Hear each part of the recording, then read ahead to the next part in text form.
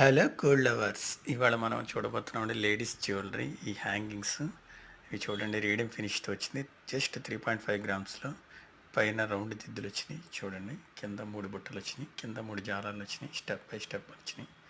చాలా అందంగా ఉన్నాయి చూడండి. లైట్ వెయిట్, డైలీ వేర్ వాడుకోవచ్చు.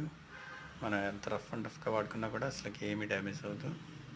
ఈజీగా 2 to 3 years మనకి వాడుకోవచ్చండి. ఇవి టాప్స్ ఉన్నాయి కాబట్టి మనకి వేరే చేంజబుల్స్ కూడా మార్చుకోవచ్చు. మన అడ్రస్ లొకేషన్ కొత్త షోరూంలోకి మార్చబడిందండి.